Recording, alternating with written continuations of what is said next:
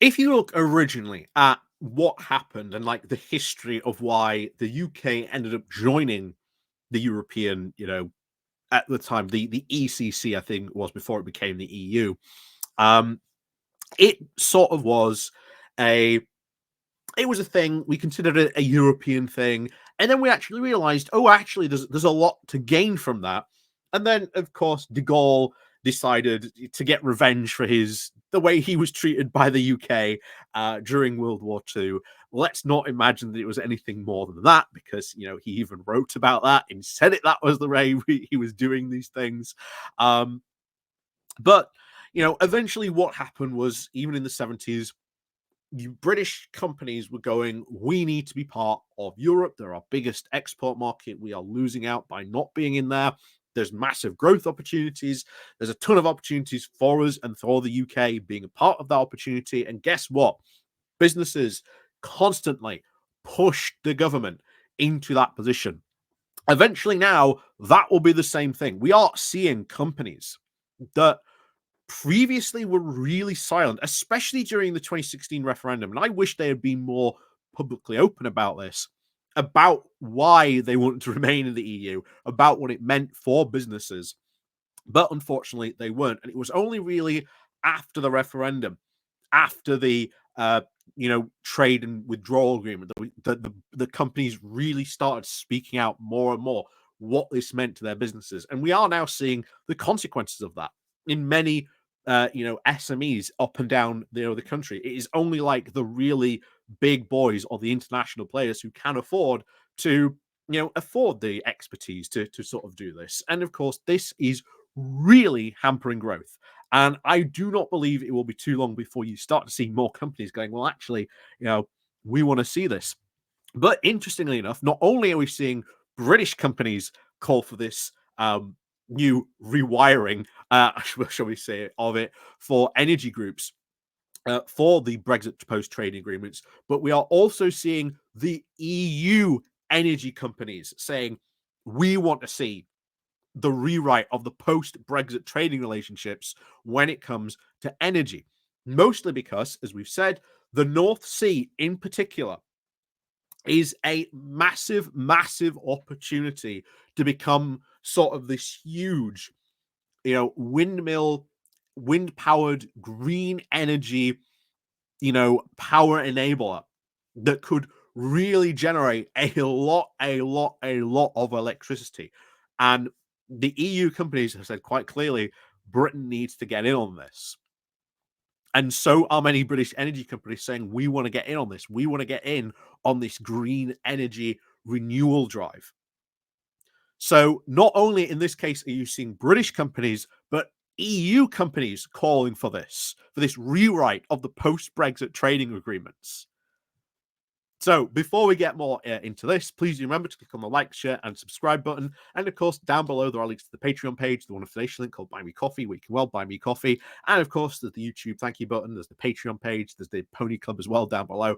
And of course, thank you very much to everyone who does help support the channel. Even if you do, just click the like and share button. So let's crack on then into this, coming from the Financial Times. The title of EU and British energy groups call now for a rewrite of the post-Brexit trading agreements. So, European and British energy companies have now jointly called for the post-Brexit trading agreements between the EU and the UK to be radically rewritten to create now a green energy hub in the North Sea. In an open letter from over 20 leading green energy companies and pressure groups to the EU and the UK energy ministers, it warned that the EU-UK Trade and Cooperation Agreement creates now a suboptimal mechanism for trading electricity.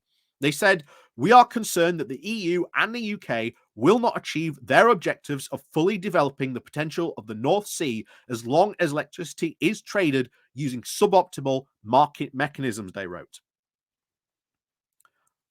This is what a lot of people are pushing for. And I think this could, again, be a big opportunity for the UK to go into this, to create this, to really get the potential of the North Sea. But to really do that, they would also need the EU to sort of do this as well. And bear in mind, this is a win-win for them as well. So this is a massive benefit for both countries on this. So signatories, of course, including EU interconnected companies and, of course, the UK's own national grid, have warned that the energy trading provisions that the TCA now risk creating uncertainty and impedes investment, which both sides need now to hit their ambitious green targets. So, as we said, win-win for us both.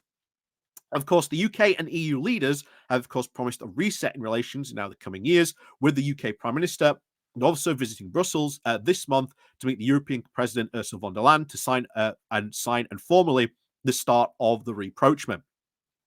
In a joint statement between the two sides on the 2nd of October, now promising to forge a new strategic partnership, including working on things like climate change and energy prices, despite now apparent disagreements over other areas such as youth mobility. At the point of Brexit, the UK left the EU single market, including now its internal energy market, which allows electricity to be traded efficiently across the bloc, helping now to provide certainty to investors in alternative energy. And this is one of the other things that has increased energy prices, leaving that internal energy market as well. That did very much wind up the prices that we saw during the the winter energy crisis that we saw just a couple of years ago. So this complex now pricing mechanism, now known as the multi-regional loose volume coupling, again, long word, also known as MRLVC, was included in the TBC, but has never come into force because of the technical challenges now to implement the scheme. The North Sea, now one of Britain's best resources, is the constant offshore wind, is now increasingly seen as the critical energy source for both the UK and the EU, with the bloc now pushing to increasingly vastly use of the renewable power to replace Russian fossil fuel supplies. And again, this is why we need to invest in these things. It will be good. It will get a lot of cheap energy. It will all be green, provide a ton of new jobs. But, we need to invest in it. We need to go in that way. Now, of course, Labour and Ed Miliband have said this is the direction they would like to go. There is now once again, this massive opportunity here. You have not only British energy companies, but EU companies pushing for this as well, pushing for a rewrite in the areas so that they can get investment on this, so that then this makes this more possible. Kirsten Ruby, the General Secretary for the EU Electricity Industry Body, Electrocute, I think that's how you say it, described the North Sea as a mega power plant that will supply both continental Europe and the British Isles. He added that it was now time to move on from Brexit minialism and explore mutually beneficial cooperative agreements between the UK and the EU. In April 2023, the UK joined at least 8 other European northern countries, including France and Norway, and signed up to the Ørsted Declaration, committing now to deliver over 300 gigawatts of offshore wind by 2050, more than doubling the output in the 2 decades from 2030. Anne Brenner, the director of the industry lobby and of Energy UK, also which signed the letter, said it was still not clear what post-Brexit electricity trading agreements actually were and that they were not fit for purpose, and put the EU and the UK ambitions for the North Sea at risk. He now added that this new approach was very much needed to ensure that both sides could benefit from the clean energy infrastructure that will now power a net zero economy. Again, I've said this, I don't know how many times, a push towards a net zero economy would be fantastic. It would be, and it is the new industrial revolution. We have to get there, but we can only get there if the government is putting up the funds, investment is there for it as well, and the targets are there. And I think the targets are there. They are very ambitious targets, but they are incredibly doable if we get investment, both from government and private investment as well. This is one of the ways we can do it, by encouraging, the investment in this wind power in the North Sea, really turning it into this massive power plant and recognizing the opportunity that is there. So back to it. Greg Dickinson, the, of course, chief executive now of the industry body, Wind Europe said that the lack of clarity on the post-Brexit electricity trading rules was now holding up offshore wind and energy investments in the North Sea. Energy producers and grid operators in the EU and the UK are now in full agreement on how to solve this, he said. Industry experts have said the current trading system was highly inefficient and reflected now the Broc's previous concerns that the UK should not be allowed to cherry pick access to the EU single market. However, the solution provided by the letter signatories was to extend the EU's price coupling mechanism to the GB market, a step that they said could be achieved without reopening the TCA, something that both sides have said they do not wish to do. But we do call upon both sides of the seas to seize this opportunity to now overcome the past of political impasse following the UK's withdrawal from the EU and to open up a new phase that allows mutual benefits to be secured by pragmatic approach, they said. The Commission said that it was now committed to implementing what it is foreseen as the TCA, which includes the MCR trading agreements. But it admitted that the application of these agreements had proven to be more challenging than initially thought, and that a recommendation for further analysis of the mechanism should be adopted by the end of 2024. So you have groups on both sides here, both sides saying the mechanism that was decided under the withdrawal agreement is not fit for purpose, that it needs to be rethought, that you need to let go of the past and move forward where we can achieve mutually beneficial things. And this is one of the areas where we can achieve mutually beneficial things. This is what I've been saying for years, well, for the past couple of months, but I'm treated like, I'm a madman saying such things. But no, I've been through this before. This is why I'm massively for this reset. I think when we do get the enabling of this reset, we will see, hopefully, things like this looked at and redone.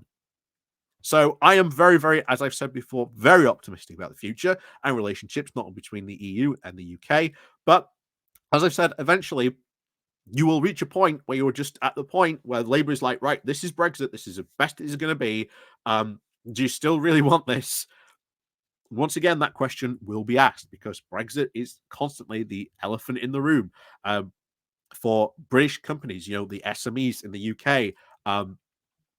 Joining the single market, the customs union, is one of the biggest growth options they would have access to. There are so many benefits for rejoining things like that, from rejoining the EU. It just becomes more and more. We've talked about the travel benefits that would also bring. The case for staying as we are just gets less and less. The lies of Brexit have been all but called out. There is no reason really to continue with this now delusion that Brexit is somehow the best thing since sliced bread. Labour still, quote, doesn't want to talk about Brexit, but over more this year, as I've said many, many times before, we have seen more and more MPs talk about Brexit in the House of Commons than we have now for the past 5 years. And that is just in under 3 months. Things are changing fundamentally. Things are going to change, I think, very, very much so over the next couple of years. That is what I've wanted to see. That is what I've been calling for. Guess what? That looks like that is what is going to potentially happen. So, as always, let me know what you think down below. And of course, as always, we'll see you all next time.